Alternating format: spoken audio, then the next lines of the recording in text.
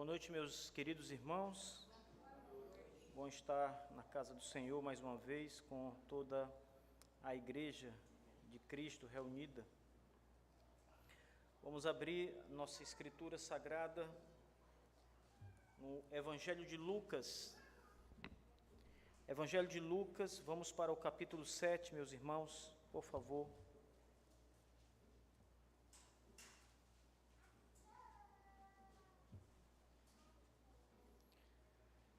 Evangelho de Lucas, capítulo 7, vamos com muita atenção.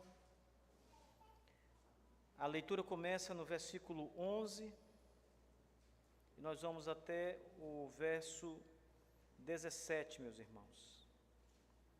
Esse é um relato de um grande milagre que o nosso Senhor Jesus Cristo realizou. E essa noite, com a sua graça e a sua misericórdia, nós vamos estudá-lo e ser alimentados por a palavra do Senhor.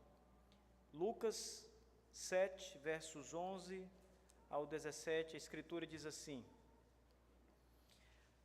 E aconteceu que no dia seguinte ele foi à cidade chamada Naim, e com ele iam muitos dos seus discípulos e uma grande multidão. Ora, quando ele chegou perto da porta da cidade, eis que ali um homem morto era carregado para fora, filho único de sua mãe, que era viúva, e uma grande multidão estava com ela. E vendo-a, o Senhor se compadeceu dela e disse-lhe: Não chores. E chegando-se, tocou o esquife, e os que o levavam pararam. E ele disse: Jovem, te digo, levanta-te. E o que estivera morto sentou-se e começou a falar. E ele entregou a sua mãe. E a todos sobreveio o temor. E eles glorificavam a Deus, dizendo: Um grande profeta se levantou entre nós, e que Deus visitou o seu povo. E este rumor sobre ele se espalhou por toda a Judéia e por toda a região ao redor. Amém. Curve sua cabeça agora, vamos orar ao Senhor. Ó Deus amado e bendito, louvado seja o teu santo nome, Senhor. Nós nos admiramos, Senhor Deus, todas as vezes que nos deparamos com a tua palavra e o teu poder sendo manifesto aqui de maneira tão grandiosa, Senhor Deus, inexplicável para nós, homens mortais, que entendemos ser isso uma operação do teu poder, Senhor Deus. Nada pode resistir à vontade do Senhor. E como vimos nesta passagem, Senhor Deus, o teu poder é grandioso, é insuperável, vence a morte e qualquer obstáculo que se oponha. Senhor Deus, nós te suplicamos que nessa noite nos conduza pela tua palavra, nos dando clareza, Senhor Deus, do teu evangelho, nos fazendo compreender as coisas que estão aqui reveladas para nós, que servem para exaltar o teu Filho Jesus Cristo, nosso Senhor e Salvador, a grandeza do seu poder e a sua glória sem par. Nosso Deus, abra o nosso coração e nossos ouvidos nessa noite para a tua palavra, Senhor. E como disse o nosso querido irmão que acaba de orar, que a tua palavra, Senhor Deus, seja ouvida por todos nós e o Senhor seja glorificado nela. Nós te suplicamos em nome de Jesus, nos conduz o tempo todo nesta pregação, para o teu louvor, tua glória e a tua exaltação. Oramos em Cristo Jesus, o nosso Salvador maravilhoso. Amém. Amados irmãos, aqui está mais um dos grandes milagres do nosso Senhor Jesus Cristo. E para aqueles que se admiraram muito dos milagres que Jesus realizou, para aqueles que ficaram e que ficam até hoje boquiabertos quando se deparam com Jesus curando pessoas das mais diversas enfermidades, o poder de Jesus sendo manifestado de maneira tão grandiosa, talvez passagens como essa, que de maneira muito maior revelam o poder de Deus, a manifestação do poder de Deus, deve nos deixar de fato sem palavras. e unicamente nos levar a entender que Jesus Cristo é o Filho de Deus bendito, e que Ele é Deus maravilhoso em carne, que veio ao mundo para operar milagres e prodígios, mas sobretudo para trazer salvação ao perdido, para trazer libertação às almas que estão cativas pelo diabo, presas sob as garras e a mentira de Satanás. A Bíblia diz que para isso se manifestou o Filho de Deus, para destruir as obras do diabo. E nós cremos que Jesus, de fato, fez isso. Primeiro, ao vir ao mundo e a manifestar o seu poder sem par, e depois, culminando, morrendo no madeiro da cruz do Calvário, para que todo aquele que nele crê não pereça, mas seja salvo. Para que a morte não tenha poder sobre o seu povo, os seus eleitos, para que o diabo seja finalmente derrotado de uma vez por todas. Nós cremos que esta é a manifestação do poder de Deus bendito e maravilhoso, irmãos.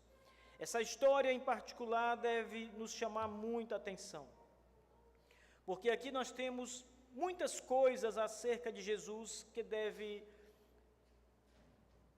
tocar o nosso coração, pelo menos deveria amolecer o nosso coração, que muitas vezes é incrédulo em relação às coisas de Deus. Primeiro, note as circunstâncias, as coisas que estão acontecendo.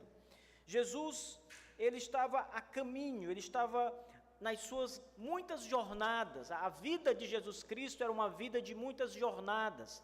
Ele saía de uma cidade para outra, de um povoado para outro, de um lugar para o outro. Ele diz: o Filho do Homem não tem lugar para encostar a cabeça e descansar, porque era tumultuada a vida de Cristo. Ele estava sempre andando e realizando a obra que Deus lhe entregou para fazer.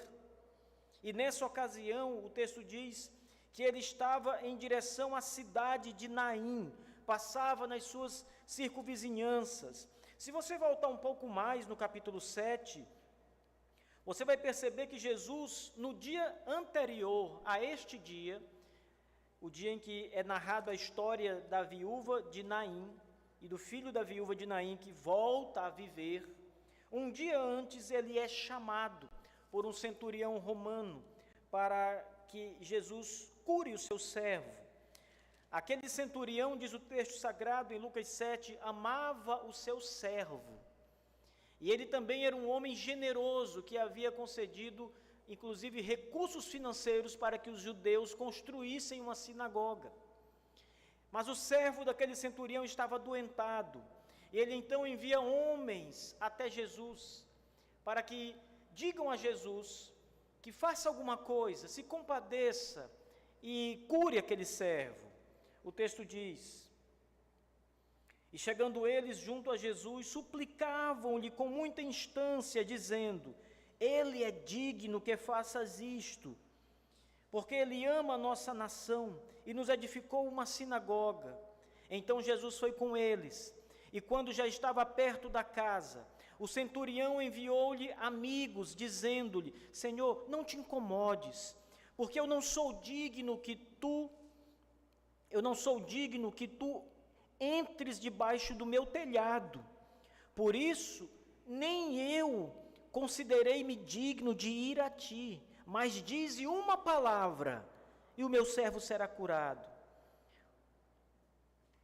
Jesus se admira com a fé desse homem, com a grande fé desse homem, um centurião romano, e cura o servo daquele centurião, um dia antes. É por isso que o verso 11 da nossa história começa dizendo: e aconteceu que no dia seguinte, um dia depois de curar o servo do centurião, as pessoas sempre se admiram do poder de Deus, irmãos. Aqueles homens e mulheres cristãos que olham para a Escritura Sagrada e creem que ali está revelada a verdade, Deus manifestado para salvar pecadores, e se deparam com as narrativas de milagres como esse, em que o servo do centurião é curado, as pessoas ficam admiradas. Jesus cura a sogra de Pedro, ela está com febre, diz o texto, e Jesus vai e cura aquela mulher da febre. Ele cura uma mulher que tem as costas encurvadas, problemas sérios de coluna. Ele cura um homem que tem a mão seca, ele cura um homem cego, ele faz paralíticos andarem, ele manifesta o seu poder de cura de maneira extraordinária, e as pessoas ficam maravilhadas. Mesmo no tempo de Jesus, que as pessoas viam isso com seus olhos, elas ficavam encantadas com o poder de Deus. E hoje os nossos irmãos crentes se maravilham com o poder de Deus, quando Ele cura as pessoas. Mas o que Jesus vai fazer agora, irmãos, é muito maior do que curar uma doença física. Ele vai vencer a morte. Ele vai superar a morte. E o que chama mais atenção aqui é que aquelas pessoas estão indo sepultar um jovem. O texto diz: naquele dia ele foi à cidade chamada Naim, e com ele ia muitos dos seus discípulos e uma grande multidão. E quando ele chegou perto da porta da cidade, eis que ali um homem morto era carregado. Note bem, filho único de uma mãe que era viúva, e uma grande multidão estava com ela. Esse texto mostra que estava acontecendo uma despedida final de um jovem que havia morrido, e esse jovem da cidade de Naim, o corpo estava sendo levado ali, o cortejo fúnebre sendo levado para o sepultamento. Isto porque naqueles dias os cemitérios eles eram fora da cidade, então eles deveriam sair dos portões da cidade com o corpo, para sepultar o corpo fora da cidade, como era ali a prática entre os judeus. Naim, esta cidade, ou uma pequena vila, ficava bem próxima de Cafarnaum, onde Jesus também operou muitos milagres. E ali está então o Senhor Jesus com seus discípulos, e a Bíblia diz, e uma multidão que o seguia. Lembre, sempre que Jesus estava agindo, andando, não apenas os discípulos do Senhor Jesus o acompanhavam, mas sempre ele estava cercado por multidões. As pessoas apertavam ali o Senhor Jesus onde ele estava, multidões o seguiam. Mas aqui ele encontra uma outra multidão. Havia de fato muitas testemunhas aqui, que viram com seus olhos o que aconteceu, tanto da parte de Jesus, que andavam com Jesus, quanto da parte daquela mulher, aquela mãe que perdera seu filho jovem, irmãos. A Escritura diz que o cortejo fúnebre seguia, e aquela mãe, que era também uma viúva, estava acompanhada de uma grande multidão, seus amigos, pessoas da cidade que estavam ali a consolar aquela mãe aflita pela perda do seu filho jovem. A Escritura não nos diz do que aquele jovem morreu. Provavelmente, ele pode ter adoecido, uma doença fatal, ou um acidente. Nós não sabemos do que ele morreu. Mas nós sabemos que ele era um homem jovem, que estava na flor da idade, porque Jesus dirige-se a ele como jovem, é as palavras do Senhor Jesus. E este é o cenário. Jesus para um cortejo fúnebre. O que vai acontecer ali? Os discípulos já haviam visto Jesus curar enfermidades. E até mesmo aquelas pessoas que não seguiam Jesus, mas que conheciam a fama de Jesus, sabiam que os relatos que se davam é que ele curava enfermos doentes, homens doentes. Mas levantar um morto, ressuscitar um homem, isso era algo novo.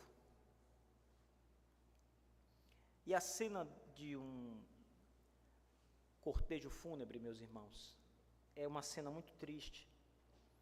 Talvez, mais do que qualquer outra pessoa, apenas aqueles que já participaram de um cortejo fúnebre, de um amigo querido ou de um familiar, sabe a dor que é levar uma pessoa para o cemitério, para depositá-la ali no seio da terra e se despedir pela última vez, vê-lo pela última vez.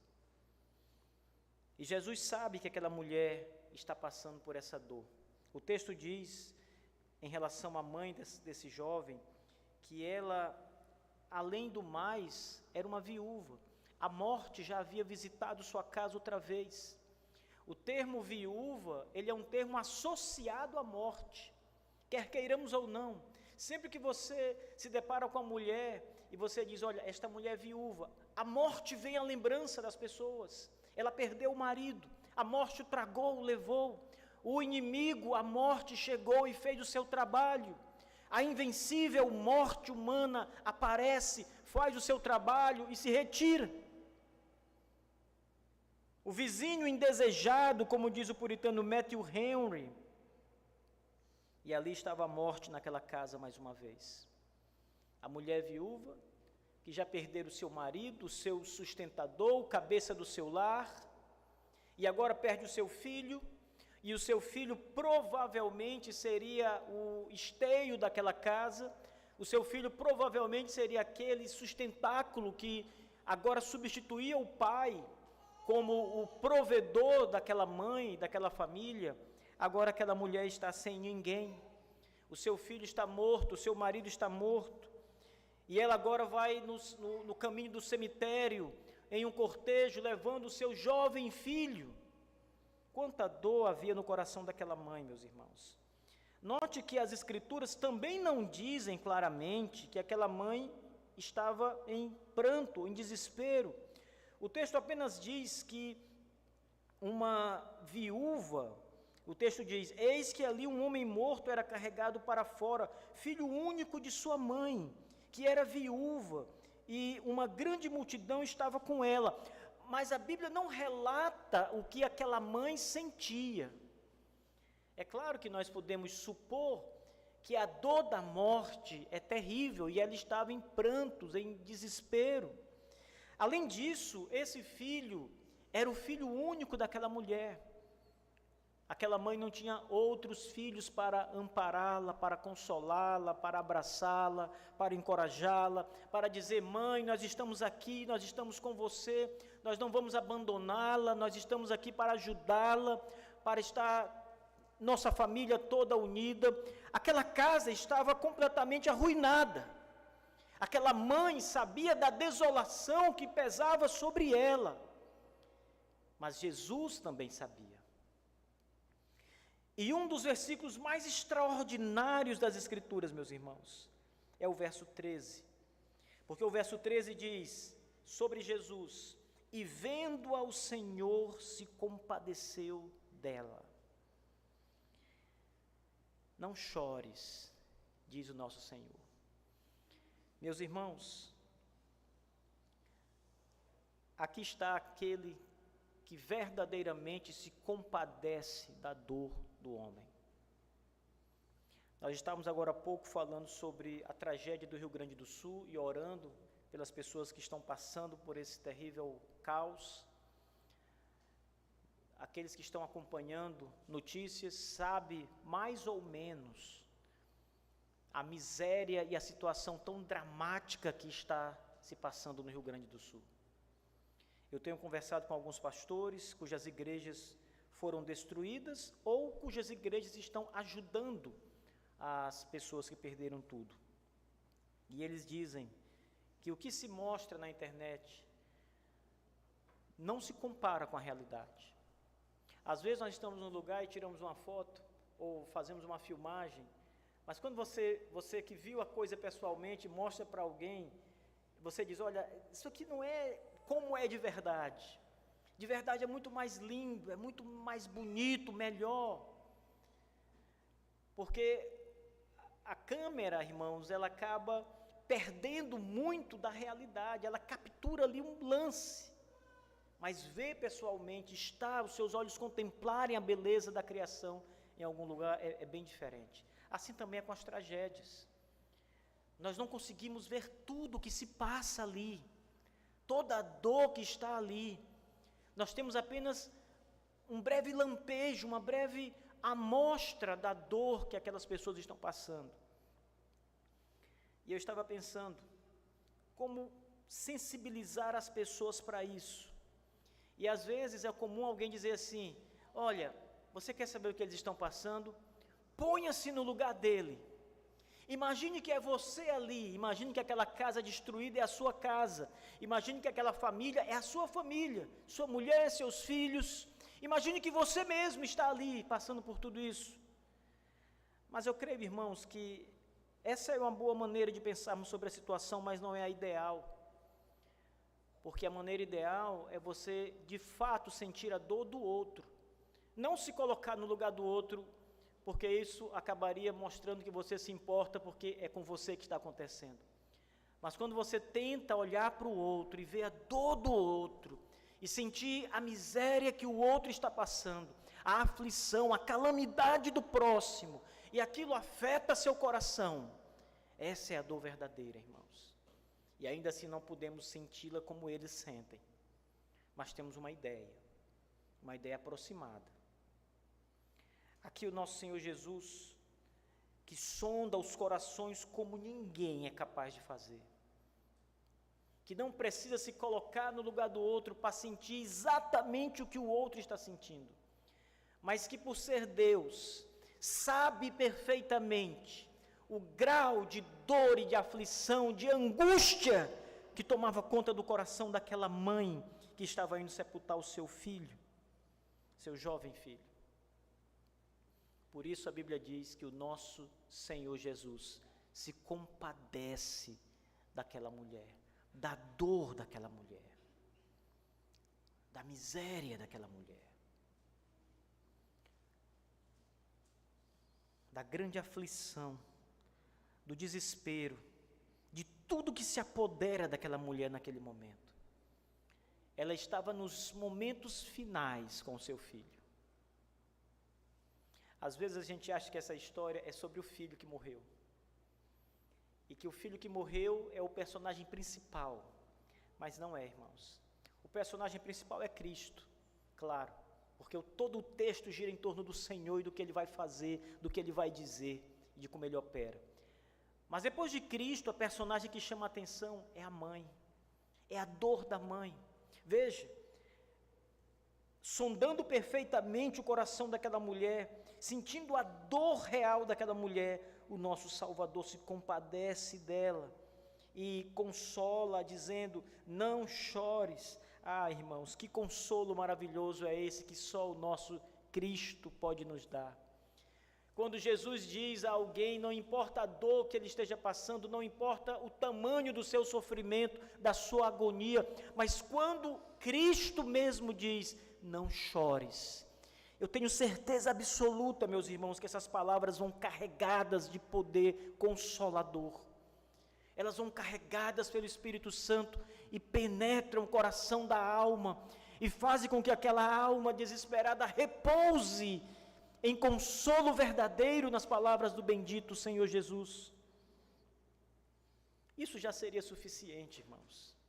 Trazer um consolo verdadeiro, genuíno, palavra poderosa, capaz de acalentar o coração que chora desesperado, capaz de trazer alívio à alma, já seria um consolo suficiente, generoso, gracioso para aquela mãe. Eu vejo pessoas que perdem entes queridos, e depois que algum tempo passa, e elas falam sobre o assunto, sobre as pessoas que visitaram, ela diz: olha, é incrível como as pessoas, quando nos visitam e trazem uma palavra confortável, isso ajuda, isso é uma força, isso ajuda a nos recuperarmos, a nos recompormos, a nos levantarmos de novo. Palavras consoladoras. Agora imagine as palavras do Salvador maravilhoso, as palavras de Jesus Cristo, o Senhor. Ninguém jamais amou como Ele amou, ninguém nunca jamais pôde ver a dor de uma pessoa como Ele sonda e vê a dor do pecador. E Ele, o nosso Senhor, diz, consolando aquela viúva: não chores. Esse consolo, irmãos, é como uma ordem: pare de chorar. O seu sofrimento acabou, o seu sofrimento chegou ao fim. Eu estou aqui para trazer alegria e esperança mais uma vez a você. Assim as palavras consoladoras do nosso Salvador Jesus Cristo. E chegando, tocou o esquife, o caixão. Os homens que carregavam o caixão baixaram o caixão, porque aquele era um sinal para parar o cortejo. Parem, a jornada até o cemitério chegou ao fim. Parem. O esquife é colocado no chão. E Jesus fala àquele jovem, ele diz: jovem, te digo, levanta-te. E o que estivera morto sentou-se e começou a falar. E o que Cristo fez? Entrega o jovem para sua mãe. É o consolo maravilhoso do nosso Salvador. Não chores, o sofrimento chegou ao fim. O consolo chegou de verdade. O milagre em si é extraordinário, irmãos. Tentem perceber isso. Ressuscitar um morto é algo extraordinário demais. Mas o foco desse texto é o consolo da viúva. É claro que ela é consolada com o filho vivo. Mas perceba, o texto quer mostrar não a ressurreição em si mesma, mas o consolo verdadeiro de Cristo àquela mulher que recebe o seu jovem filho vivo novamente. Engraçado que quando as crianças nascem, vêm ao mundo, elas choram. Quando não choram espontaneamente, o médico, pendurando a criança pelas mãos, dá um tapinha no bumbum para que a criança chore. Aquilo é saudável. Mas aqui o texto diz que esse homem, quando vem ao mundo novamente, ele fala. As palavras que ele disse, também não sabemos quais foram. Não temos ideia do que aquele homem falou quando voltou da morte para a vida. Mas ele não chorou. Ele falou. E ele é entregue imediatamente para a sua mãezinha, que estava tão desconsolada até então, até Cristo chegar e acabar com a dor e o sofrimento dela.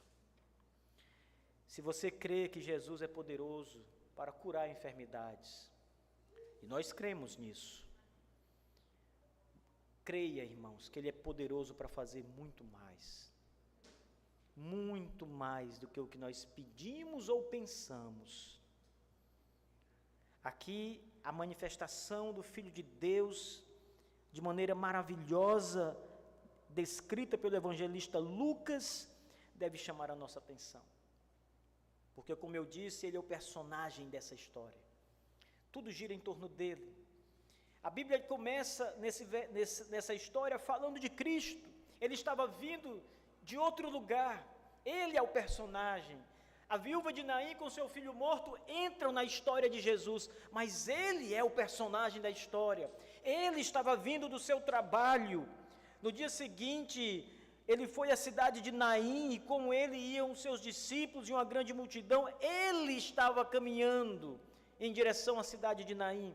O texto então diz que havia uma mãe que carregava o seu filho morto para o cemitério, e ele vendo aquela mulher, se compadece dela. Ele consola aquela mulher e diz: não chores. O Senhor Jesus, vai até aquele jovem e diz: jovem, eu te digo, levanta-te, viva novamente, ressuscite dos mortos. Ele entrega o jovem para sua mãe, consolando-a mais ainda e trazendo, na verdade, fim à tristeza da morte e esperança para aquela mulher. Ah, meus irmãos, Ele é Deus em carne. Ele é o centro de todas as coisas. Veja como esse texto termina, irmãos. Olhe por um momento para o final dessa passagem. Primeiro, o que aconteceu com as pessoas, a multidão, de ambos os lados, as testemunhas oculares daquele milagre da ressurreição, aqueles que viam com Jesus e que já estavam acostumados a ver Jesus fazer obras milagrosas, e aqueles que acompanhavam aquela viúva naquele cortejo tão doloroso, todos chorando, Veja o testemunho destas pessoas. Versículo 16: e a todos, indiscriminadamente, aos que estavam com Cristo, aos discípulos de Jesus, aos amigos daquela mulher, a todos sobreveio temor. Esse temor, irmãos, é um espanto pela obra maravilhosa de Jesus Cristo.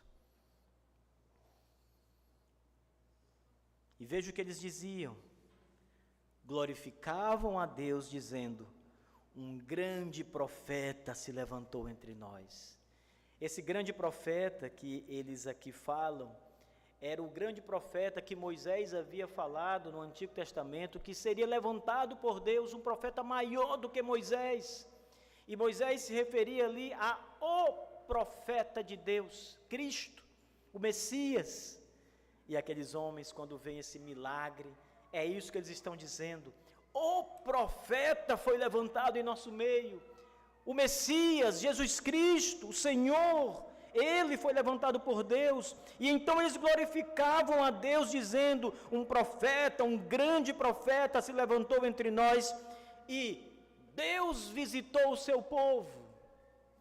Eles olhavam para Jesus Cristo e o seu poder e entendiam que Deus estava ali visitando o seu povo, curando suas feridas, ressuscitando seus mortos, trazendo vida.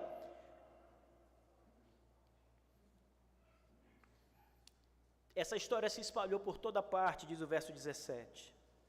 Se espalhou pela Judéia, toda a região da Judéia, e pelas regiões ao redor de Naim, de maneira que a fama de Jesus Cristo, irmãos, era cada vez mais conhecida naquele lugar. Mas eu quero chamar a atenção de vocês essa noite, irmãos, especialmente para a compaixão de Deus e o seu grande poder. Porque é exatamente isso que o texto fala, irmãos. O nosso Salvador maravilhoso, que é Deus Todo-Poderoso, Ele também se compadece das nossas fraquezas, irmãos. Saiba disso. Como Deus se compadeceu da viúva de Naim, e Deus, em Jesus Cristo, viu perfeitamente a dor daquela mulher. Ele conhece o que se passa em você, a sua vida, as suas aflições. Ele sabe. Às vezes nem você entende muito bem o que está sentindo, você só tem uma agonia no coração, você não consegue expressar a dor. Às vezes você até diz: olha, eu estou sofrendo tanto, eu não tenho palavras, não tenho sequer força para comunicar, para falar, nem eu mesmo sei. Eu só sei que é amargo, é doloroso, é terrível. Mas o Salvador maravilhoso conhece muito bem a sua dor. Ele conhece tudo que você passa, Ele conhece a magnitude do sofrimento que você carrega. Ele sonda seu coração. Ele sabe aquilo que você não sabe. Ele consegue entender aquilo que você não consegue explicar. E sabe, irmãos, verso 13, o Senhor se compadeceu daquela mulher, e o Senhor se compadece de nós. O Senhor se compadece de você no seu sofrimento. Às vezes, você pode pensar que está sozinho. Você pode pensar que ninguém se preocupa com você. Você pode pensar que ninguém entende a dor que você está sentindo e ninguém se importa com o seu sofrimento. Clame ao Senhor Jesus Cristo. Vá a Cristo, diga: Senhor, compadece-te de mim. Havia 2 cegos que estavam ali junto à multidão que acompanhava Jesus, e um cego gritava, importunava ao Senhor Jesus, dizendo: Jesus, filho de Davi, tem misericórdia de mim. Ao ponto das pessoas chegarem até ele e dizer: olha, você está incomodando o mestre, pare. E Jesus vai até aquele homem e se compadece dele e cura a sua enfermidade, cura a sua doença, traz alívio ao seu desespero. Vá a Cristo. Você tem sofrimento, você tem angústias, você passa por uma situação tão ruim e difícil, vá a Cristo, meu irmão. Isso também nos ajuda a uma lição que nós como homens precisamos ter. Essa lição do nosso Senhor é para nós. Nós não temos o poder de Cristo. Nós não podemos curar pessoas, não podemos ressuscitar mortos. Mas nós devemos e podemos nos compadecer das pessoas que sofrem. E nós temos como ajudar as pessoas que sofrem. Nós temos como auxiliar aqueles que precisam de um auxílio, de um cuidado, de uma ajuda naquele momento. Nós podemos orar pelas pessoas. Nós podemos dobrar os nossos joelhos e suplicar a Deus a sua misericórdia, a favor de uma vida, às vezes de pessoas que nós nem sequer conhecemos, como estes nossos queridos compatriotas do Rio Grande do Sul. Podemos clamar com sinceridade e dizer: Senhor, compadece-te daqueles nossos irmãos que agora sofrem, que morrem, que perdem entes queridos. Como orou o Benjamin e disse: Senhor, tem misericórdia dos animais.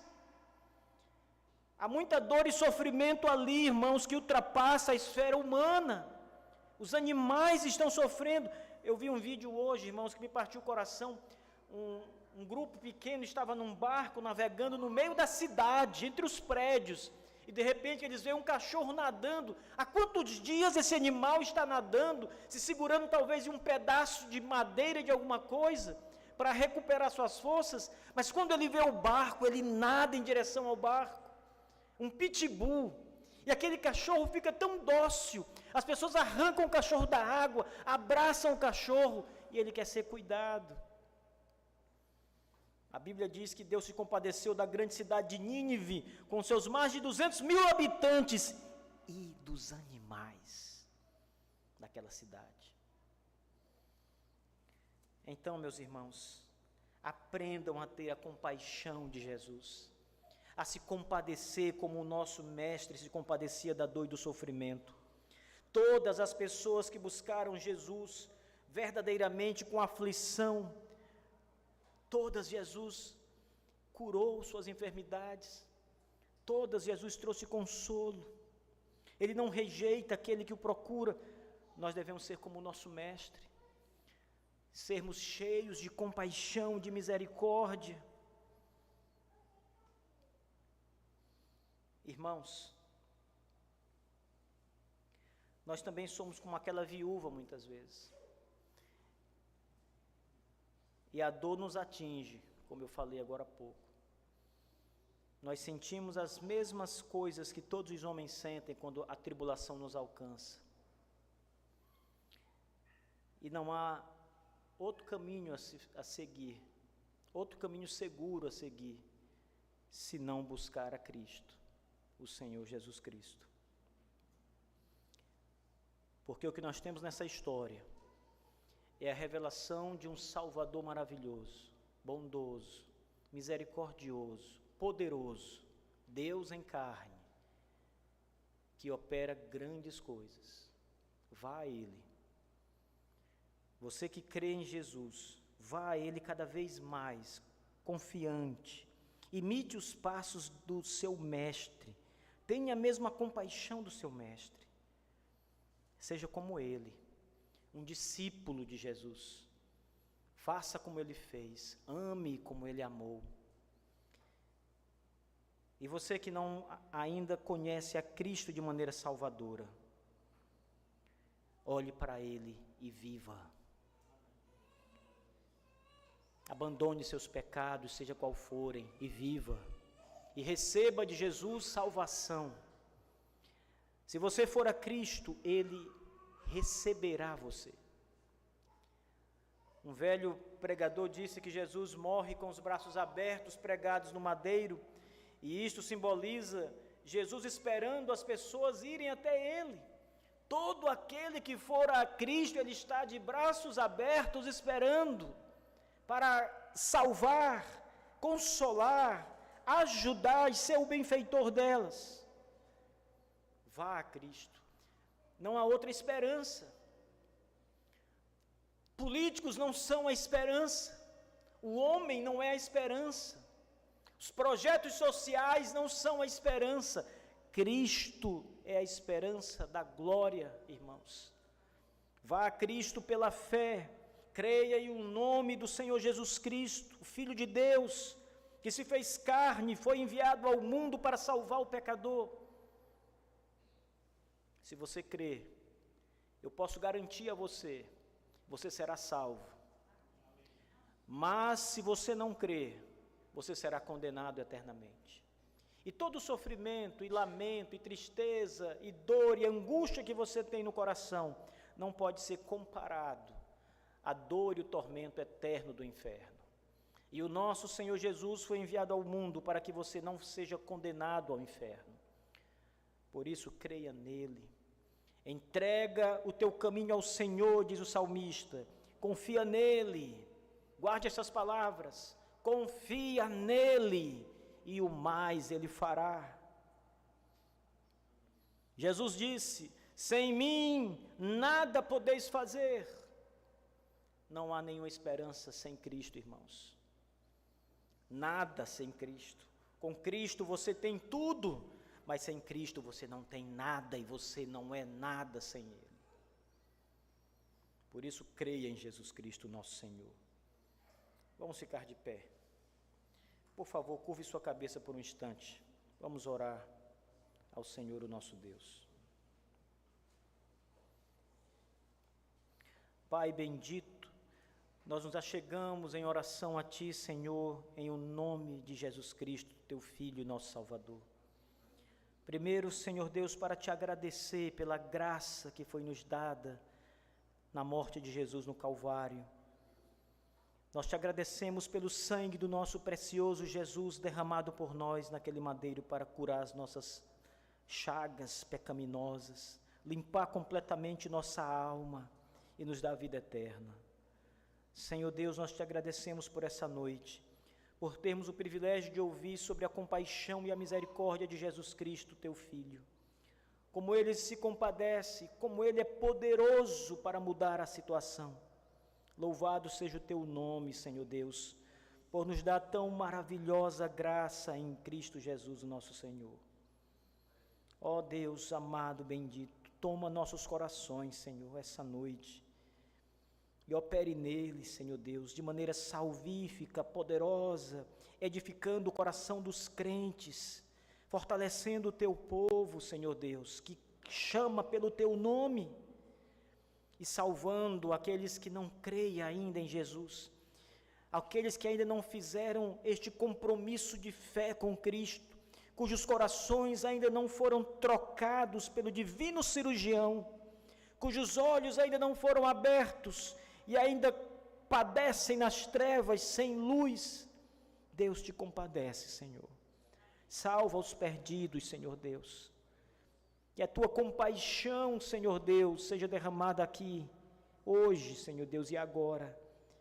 É o que nós suplicamos, em nome de Teu Filho Jesus. Tem misericórdia. Obrigado por toda a bênção, Senhor. Obrigado pela graça derramada diariamente, em nome de Jesus.